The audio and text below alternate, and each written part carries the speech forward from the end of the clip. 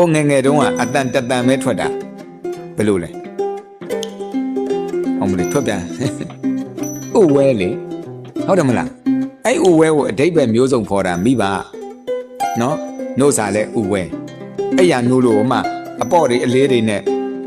ညစ်ပတ်နေလို့စိုးနေပြီဆိုလဲဥဝဲနော်အမေစီလိုက်ရှင်လဲဥဝဲအိတ်ချင်လဲဥဝဲဘိုက်အောင်ရင်လဲဥဝဲဘာဖြစ်ဖြစ်ဥဝဲအဲ့ဥဝဲပေါင်းစုံကိုလေ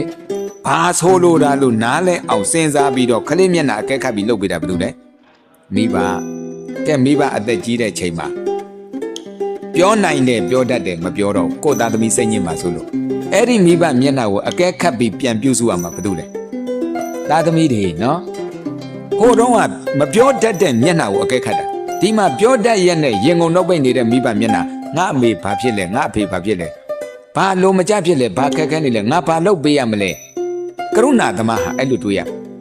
အဲ့လိုတွေးပြီးတော့မိခင်ဖခင်တွေပြန်ဆောင်ရှောက်ရင်မိဘမေတ္တာကြောင့်သားသမီးလည်းကောင်းစားပါတယ်ဒီမိဒီဖကလည်းအဲ့ဒီလိုဆောင်ရှောက်တဲ့သားသမီးနေတိုင်းမေတ္တာပို့တယ်